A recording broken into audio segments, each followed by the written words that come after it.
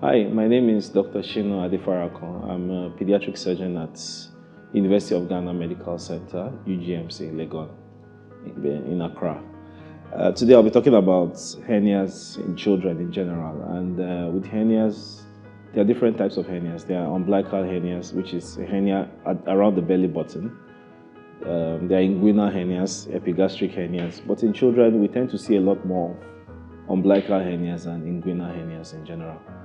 And unfortunately, this is a very, very common condition. I think it's the commonest condition a pediatric surgeon comes across in your practice. So you tend to do a lot of hernia surgeries during the course of your career as a pediatric surgeon. And it's unfortunate that a lot of people do not really know that children suffer from this hernia condition. And the problem with it is that if the hernia is not treated on time, there can be complications. Usually with inguinal hernias, they can become incarcerated, they can become strangulated, meaning that if the hernia is not repaired at the right time, or the intestine goes into the hernia sac and the blood supply to the hernia is compromised, then you can have a child lose part of his intestines because the surgical intervention was not done in time. It's the same thing with the umbilical hernia. The intestine can go into the umbilicus, into the belly button, and get stuck there.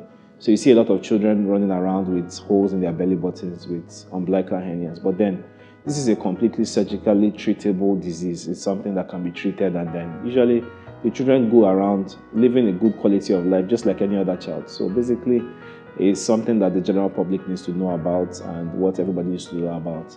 And that to know that apart from adults who develop hernias, children can also develop hernias.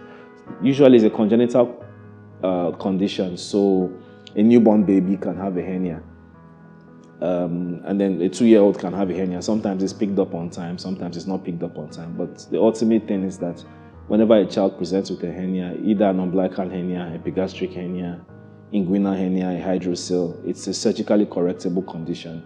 It can be fixed surgically. The operation usually doesn't take more than 30 minutes.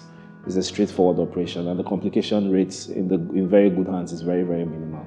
So I would want to encourage the general public to refer any patients they see with an inguinal hernia, umbilical, or any form of hernia or pediatric surgical condition to the appropriate pediatric surgeons to manage this condition.